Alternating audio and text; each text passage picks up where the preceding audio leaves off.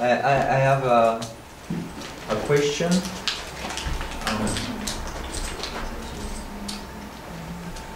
Actually, I work on embodiment, flesh, and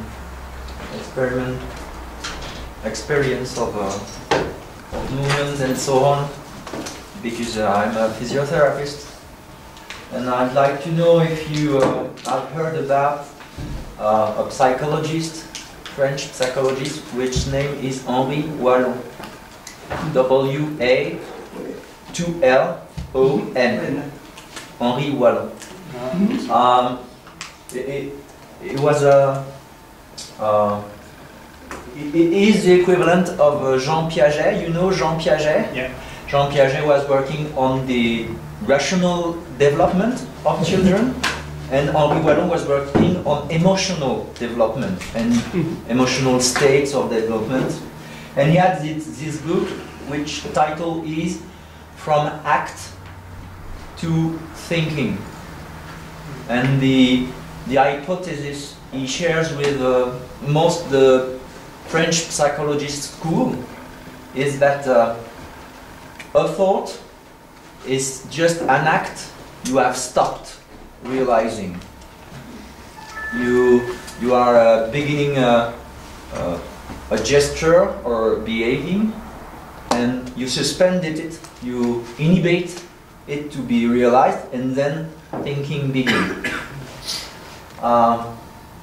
For him, the motricity, the gesture, the motricity was not a mechanic question as it was at his epoch, at his time. For him, motricity involved meanings and relationship inside the intersubjective social field. I mean, your motor state, your motor attitude, your posture are,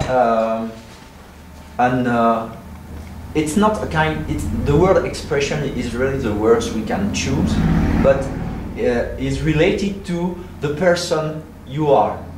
You are exactly the group of gesture your body allowed to you, and the old gesture, the old motricity that you can invent from your own body. So it's some kind of defined you inside the world of forces, of resistance, of materiality, the world of space in general. And he had a major work about what he called Toniko emotional dialogue, which means when your muscles have always a certain level of tonus, contracted or relaxed, even if you are not moving at all. Without any tonus, your skeleton will just fall. So to stand, you need a minimum tonus, postural tonus. And it says this tonus varies in equivalent to your emotional state. When you are very contracted, when your muscles are very hard, this is a way to state you are saying no. You are experimenting no. And when you are relaxed, you are experimenting yes. And he observed that Toniko emotional dialogue between the mother and the very young baby, especially at the moment of when the baby takes the milk at the breast, which is a moment of great relax between the two. The mother is deeply relaxed and the baby also. And so it's really a central hypothesis about embodiment of thought and the way it involves motor behavior. I'm asking me if what we call the body schema coming from you know, Orms, Charcot at the beginning of the century. They call it a body schema because of Kant at the beginning. I'm wondering if this schema is not internal diagrammatics. Something, your posture, your attitude is very early in your communicating system with external world. The mark, the sign of what you express of the person you are at the moment, the comprehension of the world you are at the moment. I don't know if it's exactly enter in dialogue with your trial. Yeah, I mean that's really interesting, and like how a lot of the work that some of the embodied cognition people have done has been studies of looking at the points where the map of the body and the sort of physical sensations of the bodies get out of touch with one another. There's the kind of like the famous rubber hand experiment. It's the idea that you can, by like stimulating your arm under a table and then touching the rubber hand, you think the rubber hand is your hand. And so certain perceptions, it's quite easy to fool it, and then compared to what you would think. But on the other hand, there's seemingly very hard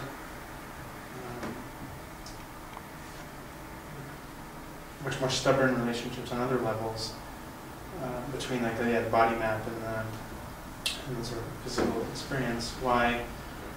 Like there was a study done recently where they tried these group of neuroscientists tried really hard to get people to tickle themselves. Tickle, like it's impossible. Yeah, and it's like really, really impossible. Like they tried like every kind of way, even to the point of getting people who can lucid dream to try and tickle, to try to have their floating body tickle themselves while lucid dreaming, and then have other characters in the dream try to tickle them. Just like, can't do it. Can't do it. But some people with schizophrenia can. They're like the one exception that they found. So it's really strange, where on the spectrum, does like that the image of the body and the actual physical body can be tricked perceptually, but internally, there's this diagram, or there's this more solidified model, which is much harder to disrupt, right? The idea that perceiving and feeling as opposed to self-feeling, right? And the idea that have you read the book translated by Foucault in Francais? I don't know if it's well known in the English field, from Weizsäcker, Der Gestaltkreis, the circle of form, or the cycle of form. It's one of the major books of Gestalt psychology. Mm-hmm.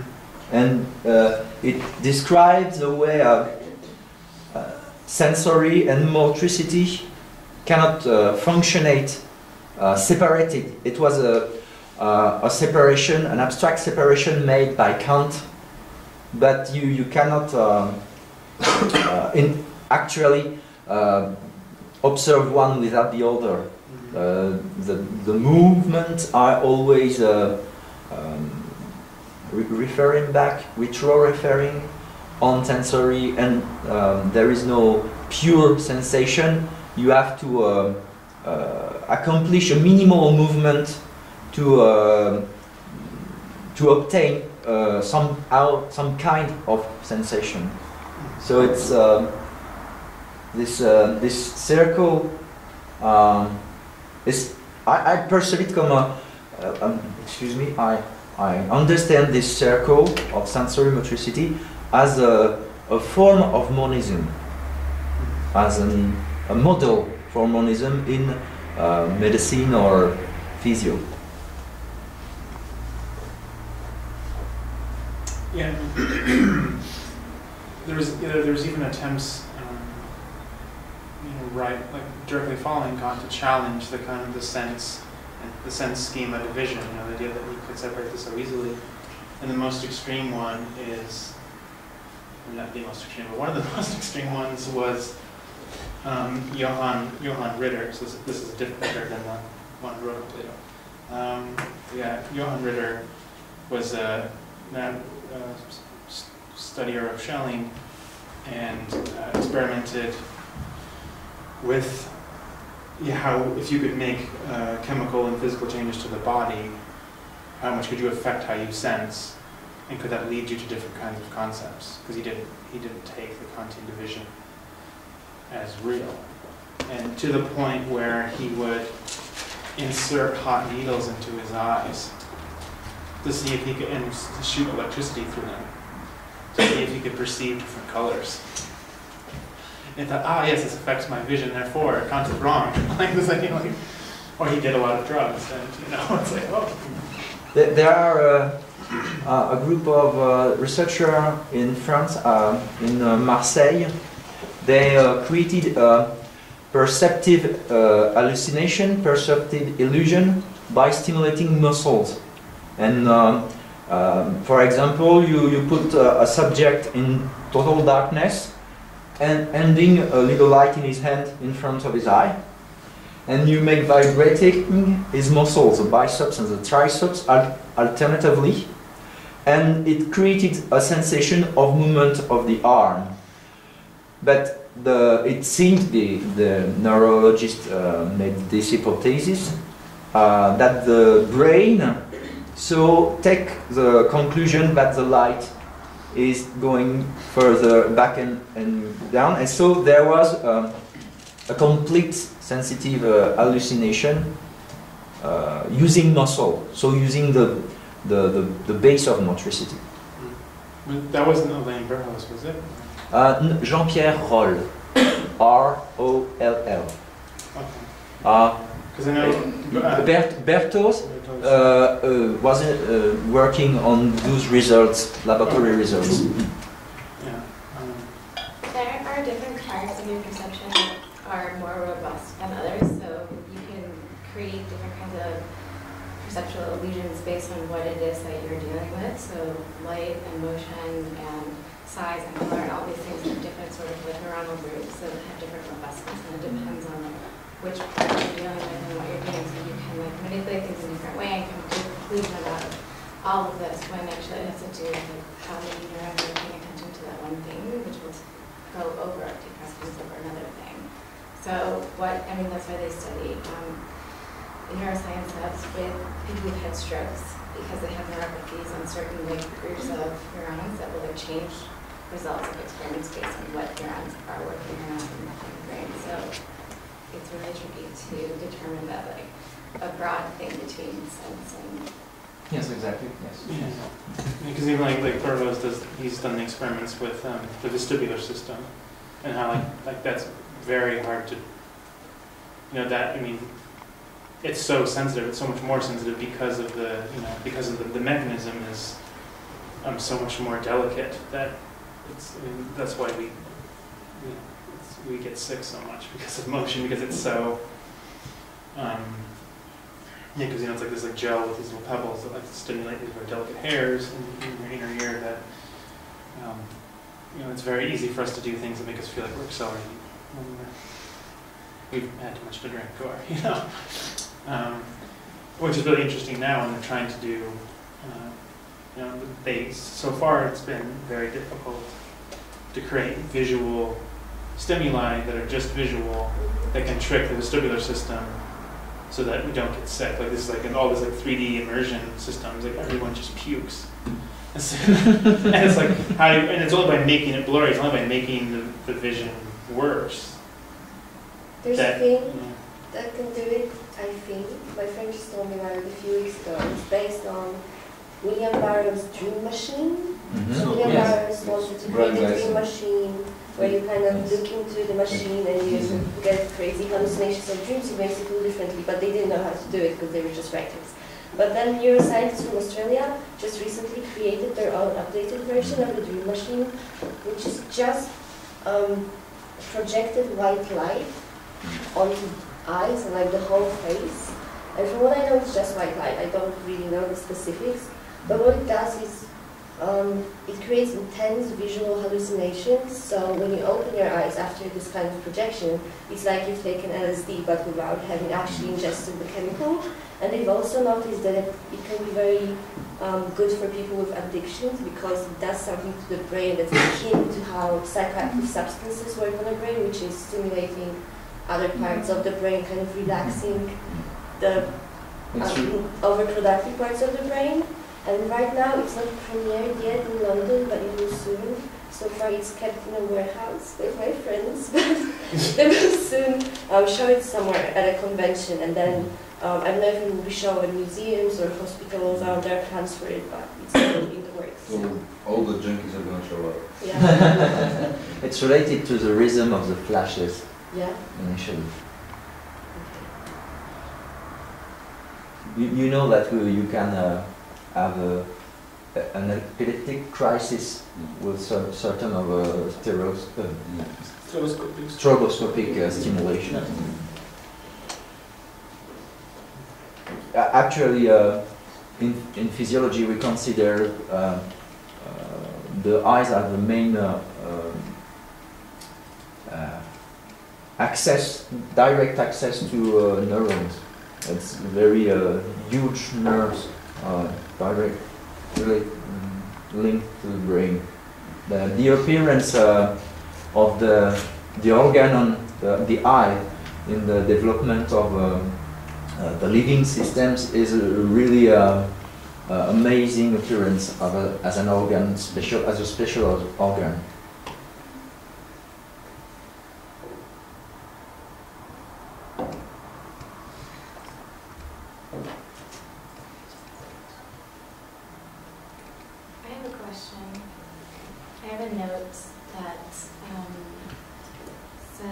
Chalet says that there's a constant unfolding of space through small gestures.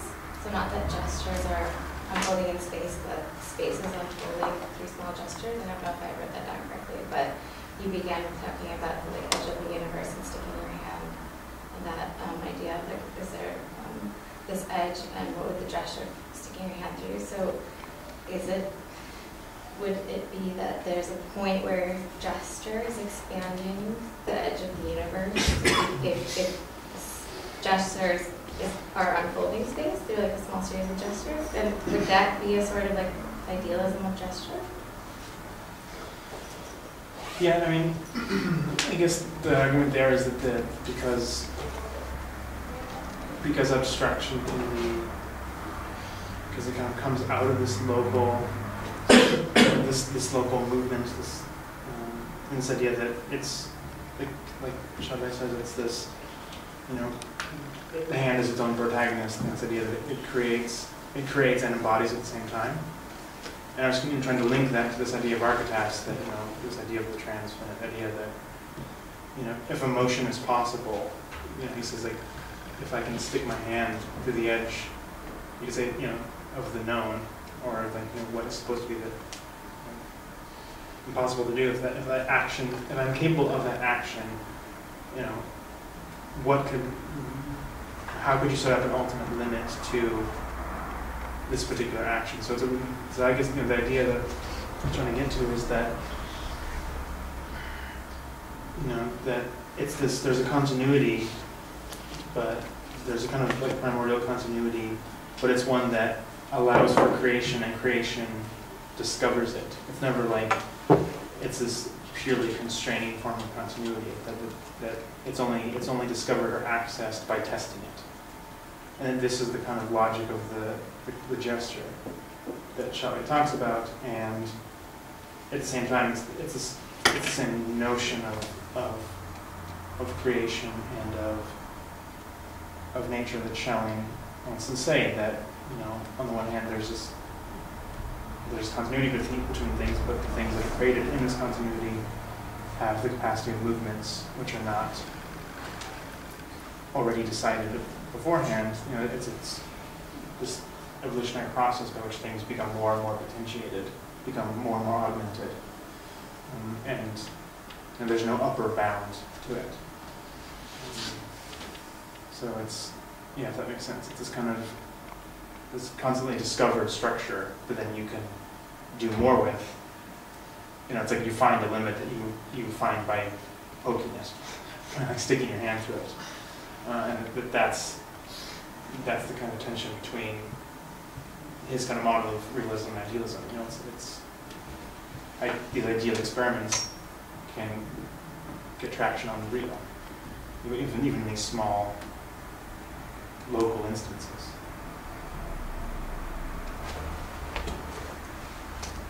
At some point, I kind of understood in your talk that you're making a binary out of embodiment and navigation. And then at some point you said that models of embodiment are navigation.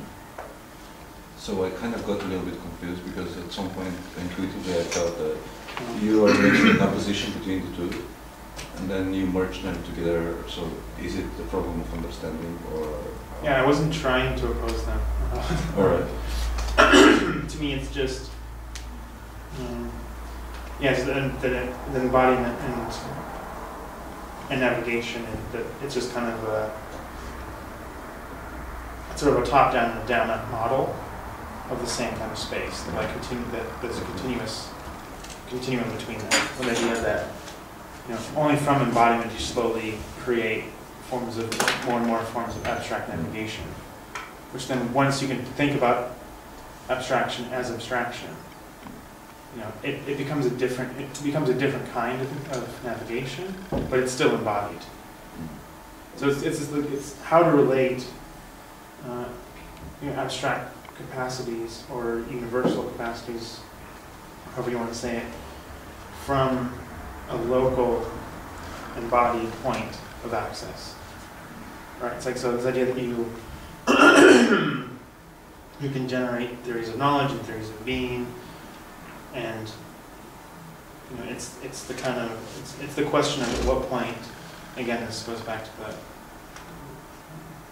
question of reason and Kant, at what point do you kind of let that go, let that process become its own process, that abstractions feed into abstractions feed into abstractions, and you create this kind of broad space. But once you have to navigate that space again, at some point you're going to come up against your own local embodied limitations. And that was the idea to me, that there's still a tether between you and this incredibly broad horizon that you constructed. It's never like ideas, it's not just ideas are just a free floating thing. But they're still the result of all these steps you had to take, which are always a series of local determinations that are fed off each other. Then at some point you feed back into your own, you have to be kind of refocused and then kind of unraveled again. So I wasn't trying to oppose them, if that makes sense.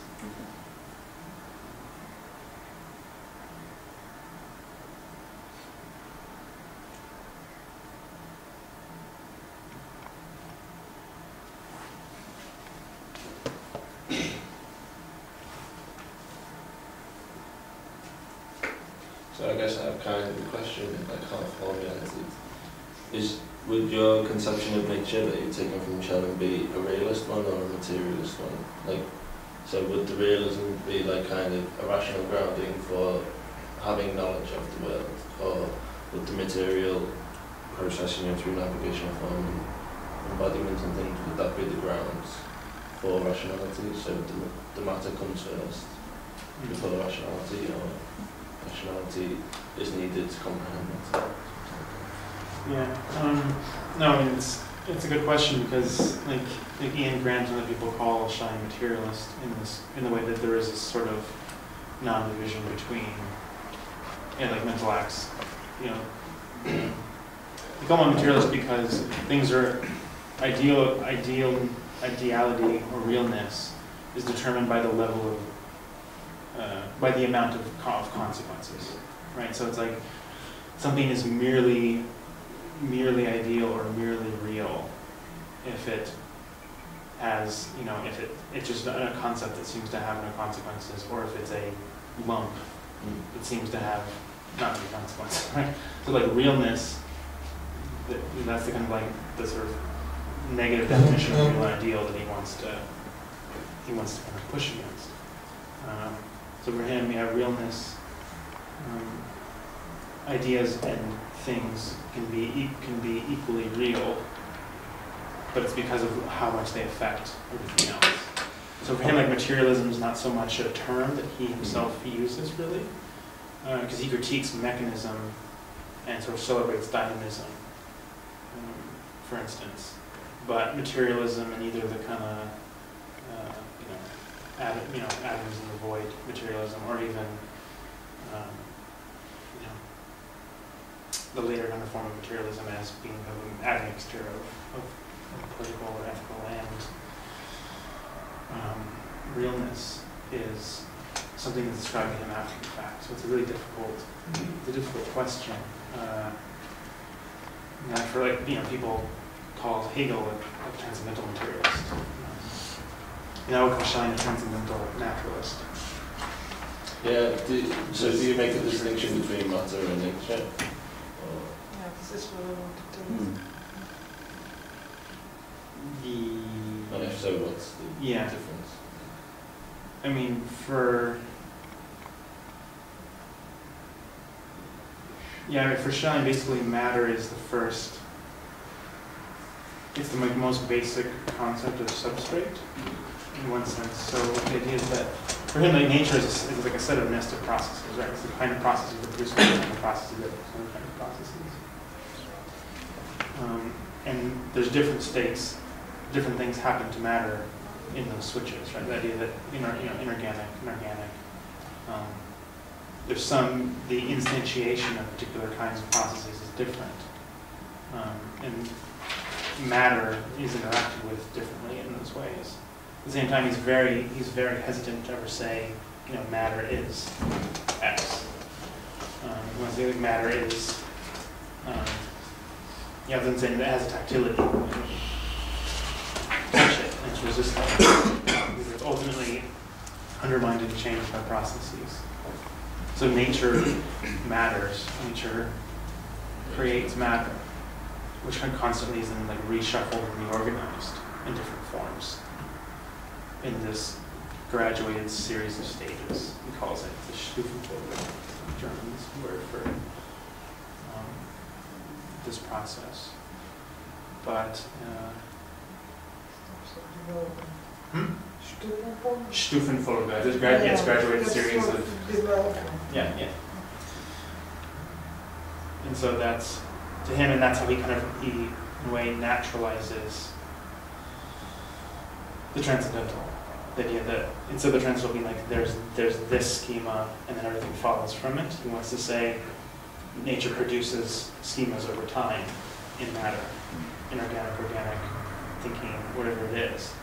And there's no reason to say it's going to be always this way, it's always going to end up this way.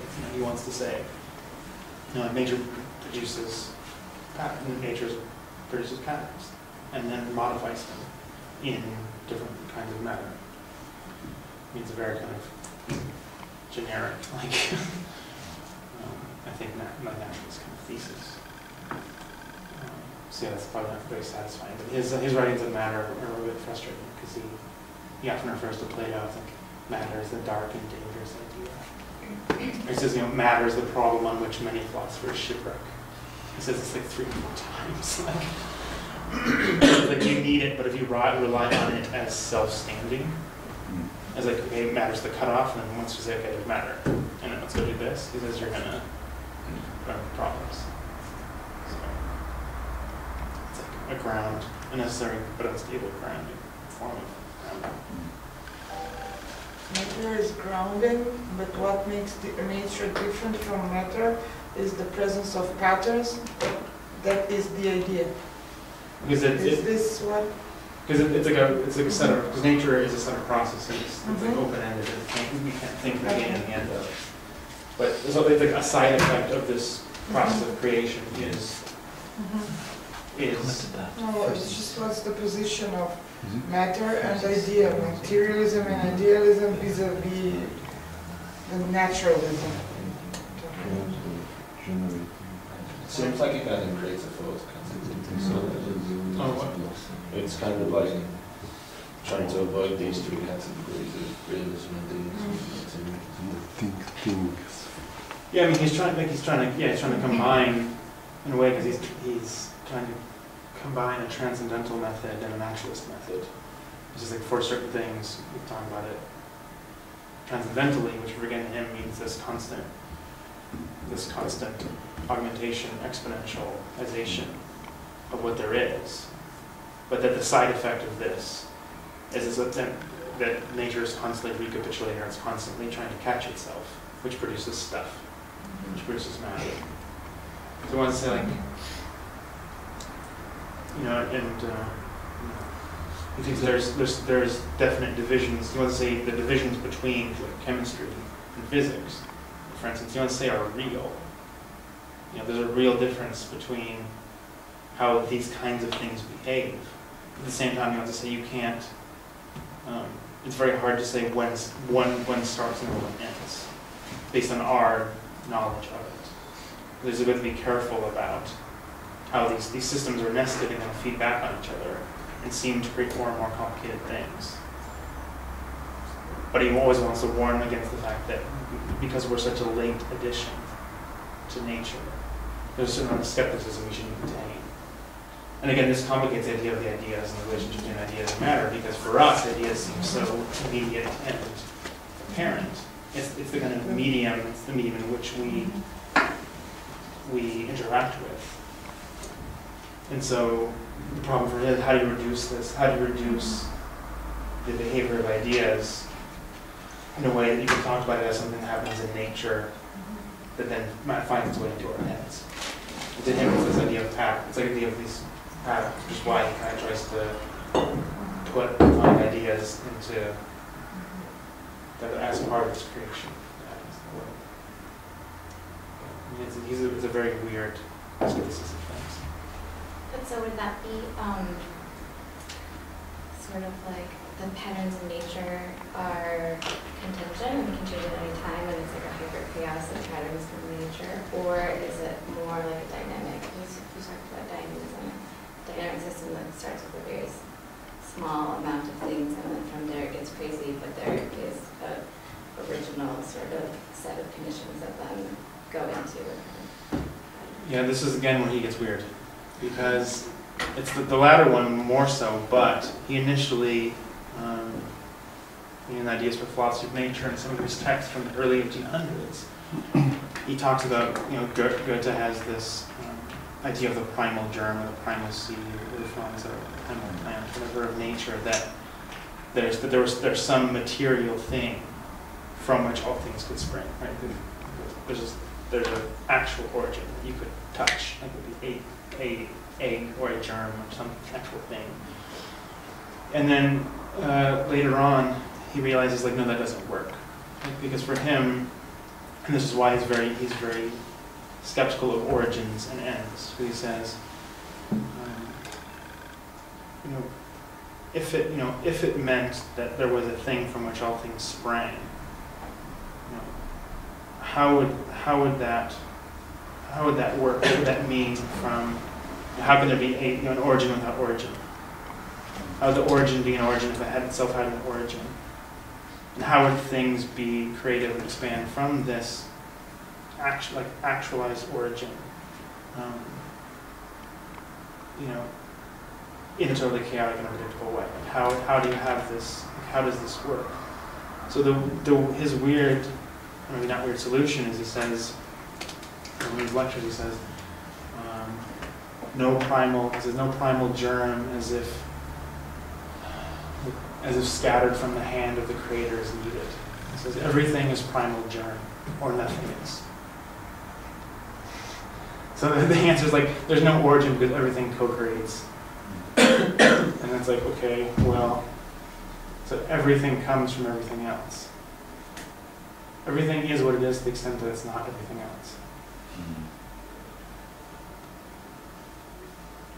So it's like, okay, oh, and this is like the thing I'm trying to wrestling with in this concept of nature, why it's interesting, why it has the kind of eminent qualities of co-determination, but without the outer boundaries. So how do you?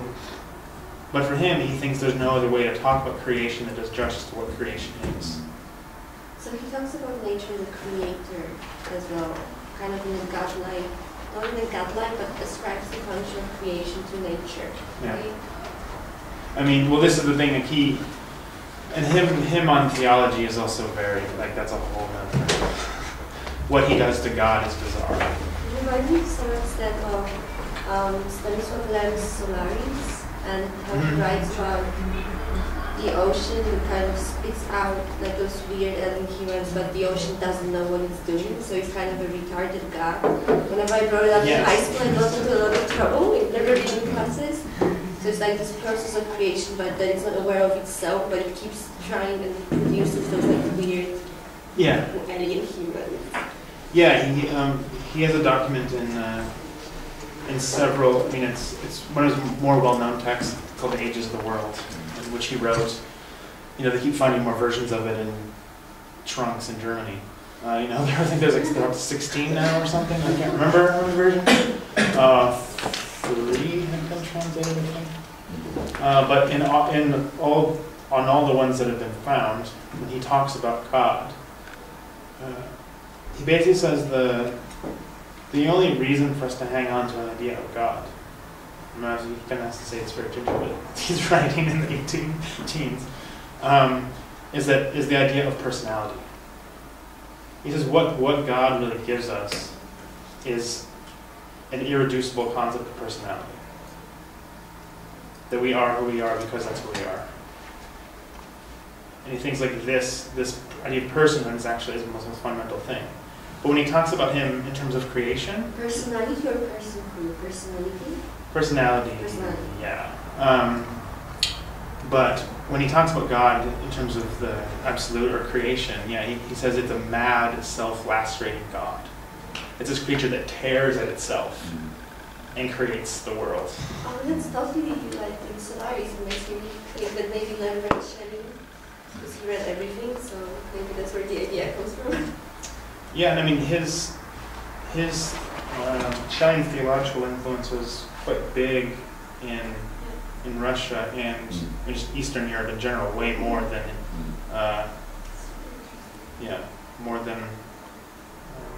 was the case in many other places.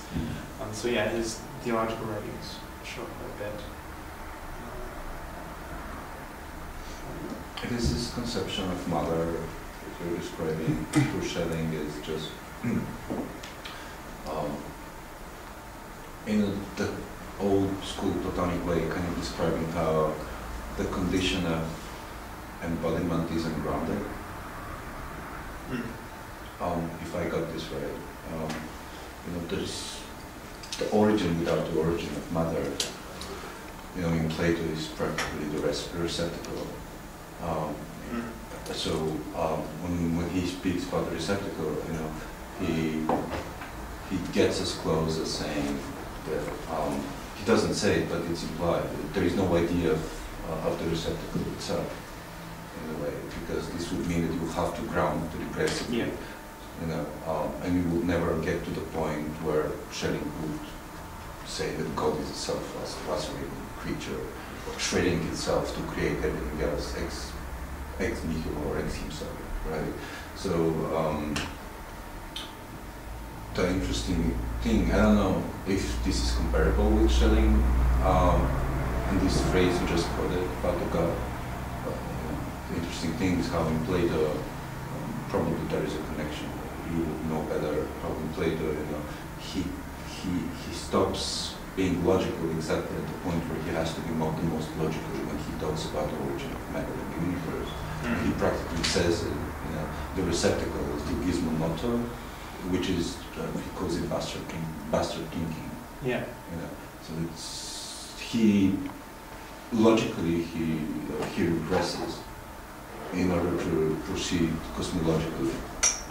You know, to scientifically proceed, you have to logically suspend your thinking at the origin of matter.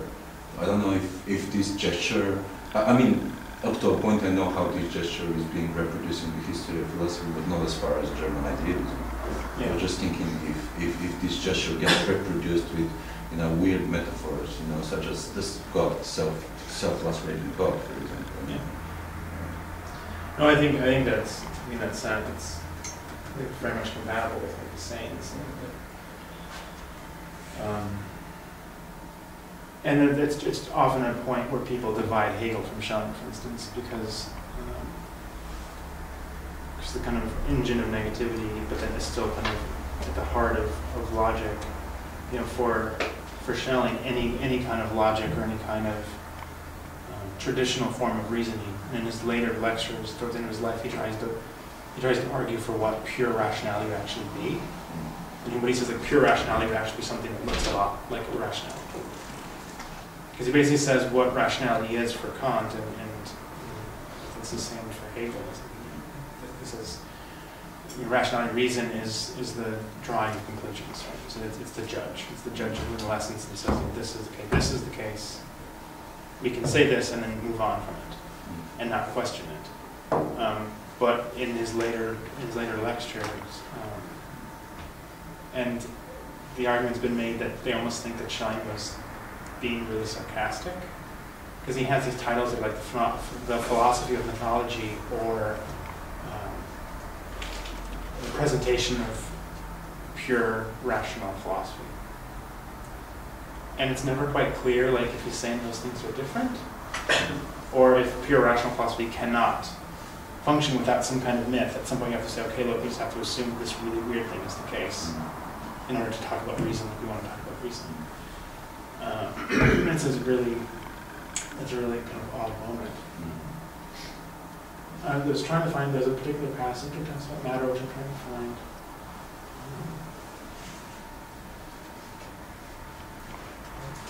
I have too many texts that have shown inside of me, so I might start looking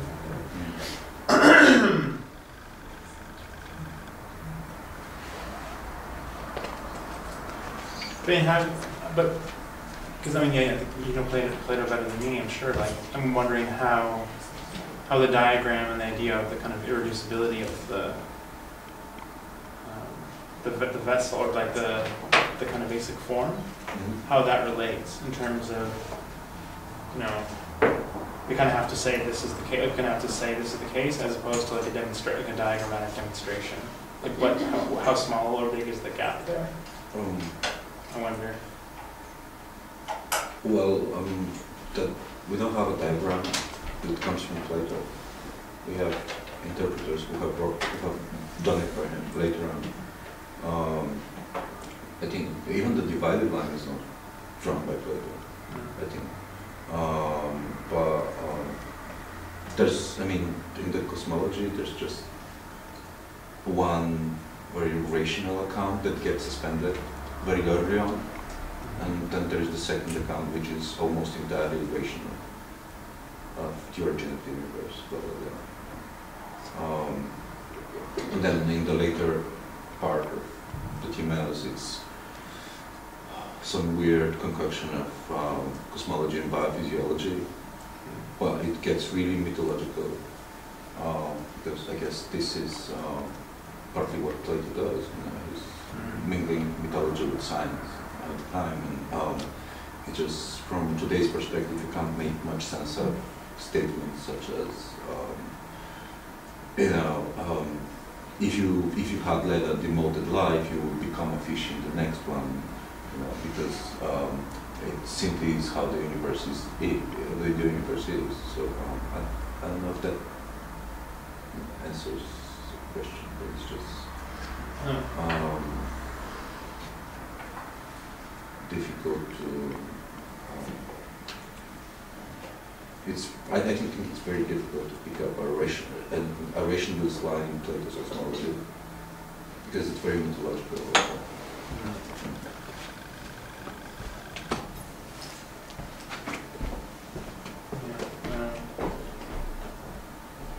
Yeah, there's just there's a text this text that just I was thinking of. It's called On the Relation of the Ideal and the Real in Nature, or Development of the First Principles of Natural Philosophy. And he says, the darkest of all things, darkness itself, according to science, matter. Yet all the forms of living phenomena of nature result from the involution or squaring of this root. So yeah, this is the kind of idea that like, yeah, you don't know what matter is, but everything is like this potentiation of it. This is repetition of it.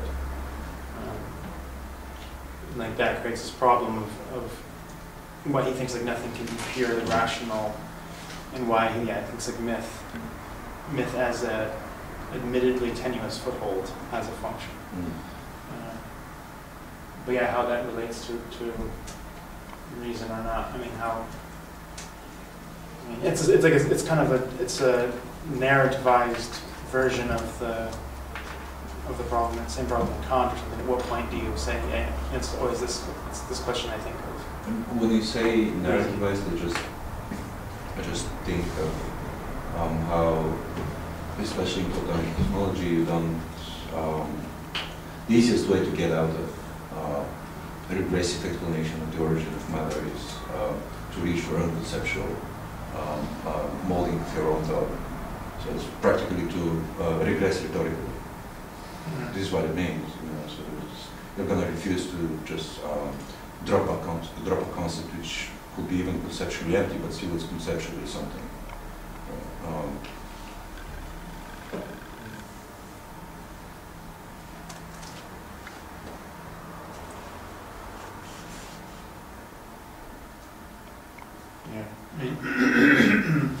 It's always that, whoever shines attention between an origin and the origin is often the way he tries to. Because he says if there was something like an actual origin, he doesn't think there can be this actual origin, and even if there was, he has this very strange phrase where he said it would be unprethinkable.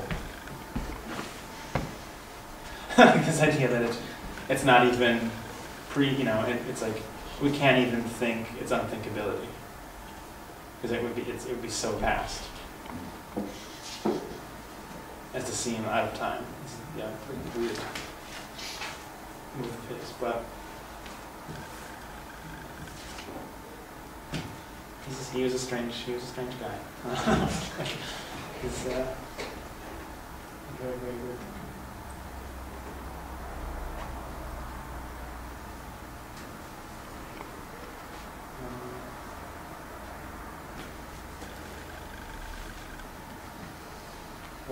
When people go have more questions, or do you want to go eat, or?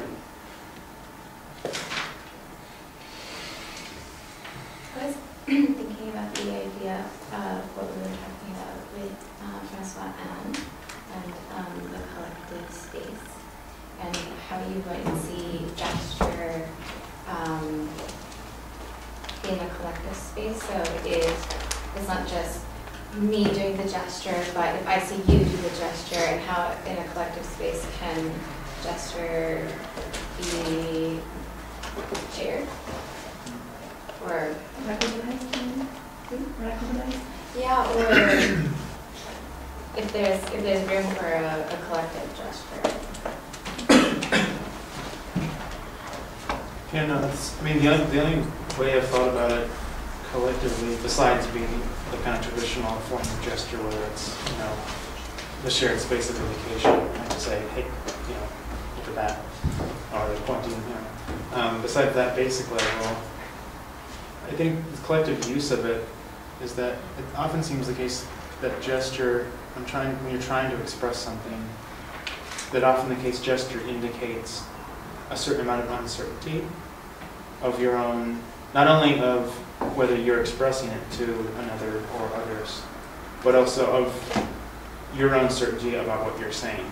Because it kind of demonstrates the act of thinking out loud, or it refers like exteriorizing of intuition or some kind of early proto-form of thinking. And so I think there's an invitation there to some kind of collective act in that, as opposed to the, as opposed to this model of thinking that, like, here's what I know I'm going to tell you. And the idea that the gesture it shows, like, this is something I'm thinking about, but I'm not quite sure, and does that make sense? Without having to say, in the act of doing it, right? It's kind of, it embodies that mode. And so I think, there's something there in that it's more an invitational form of reason than some more traditional forms of reason might be. I mean, one way there's a text, there's a really nice text called Reasoning a Social Picture, by this guy Anthony Layden. And he kind of talks about the fact that too often reason has like this kind of dictating kind of model, as opposed to reason, properly social reason, he says, is an invitational model. It's like, I think this is the case, what do you think? Which sounds really basic and obvious, but his claim is that most philosophers still are not very good at this, are not very good at this kind of invitational form of reasoning. And he doesn't talk about gestures. It's mostly about language and position. But I want to kind of see how gesture can work into that. And his hero, the heroic figure of his book, is Lizzie Bennet from Pride and Prejudice. That the idea of that when Mr. Collins proposes to her, that's like the model of the horrible reasoner. He's like, I'm going to tell you what you are and why I'm so great, as opposed to like the idea of like, if you actually see someone else as potentially a rational creature, you should by default speak and act and embody your knowledge in a way that's invitational. And so I hope gesture can be connected to that kind of idea. The way you introduce the topic of invitation in the gesture seems to be very important in the sense that we read when we have collective gesture as diagrammatics, as signification in our movement. We read this movement, this gesture, also in terms of future. We see the beginning of a smile that can say the turning of mood, or we also can see someone restraining, talking rationally, but restraining something more violent, or a reaction of fear, or I don't know, the uneasiness, and we I don't know, it's just like gesture were not symptoms but readable in terms of what is going to happen just the next moment, even related to interpersonal distances, which are important when we communicate, because we know we can measure a little the time that would be implies for movement to come into our body, the distances, and certain acts are not able to arrive right now, but you can feel in the gesture their imminence. I don't know, I think there's a point interesting in the future expressing by gesture. Well, yesterday, our exercise, we were collectively gesturing towards figuring out feminism with that example, and we weren't communicating with each other, we were collectively gesturing towards it. It started with future Eve, and then so maybe that's kind of also this idea of like the future coming in. But I think we could also use a different concept that we were gesturing towards. Something else. Also, it is interesting, like imitation gestures with animals. So maybe it's just another layer, like gesture without meaning. Actually, like some animals imitate the gestures that they see people produce, or like people pay attention to dress the animals or something. It's also interesting. Yeah, it was like even because there was the debate between because Darwin during the gestures in people and in animals were mostly about expressing emotional states, right? And then it was really it was Wilhelm Wundt, who's like the one of the first people that kind of critiqued this, and George Mead also critiqued this. That no, that it's actually it's an invitation to a reaction. Even like either in animals or in people, it's this kind of right. It's not like I feel this way. It's also like I feel this way and I might do this. You know, so it's kind of like like if you say something to somebody and they shake their fist at you, it doesn't just say, oh, I pissed them off. It means like, oh, they might smack me. Therefore, like you might be, So it's like it's which is not a great example of an invitation, but yeah, there is this this idea that it can be expressive and it can be a kind of it's like saying I feel this way and I could act this way, right? Is what the gesture kind of does, and then the person can respond either it can respond in a way to try to avoid the action or to try and meet the action, right? And that's the gesture is a very compact way of doing that.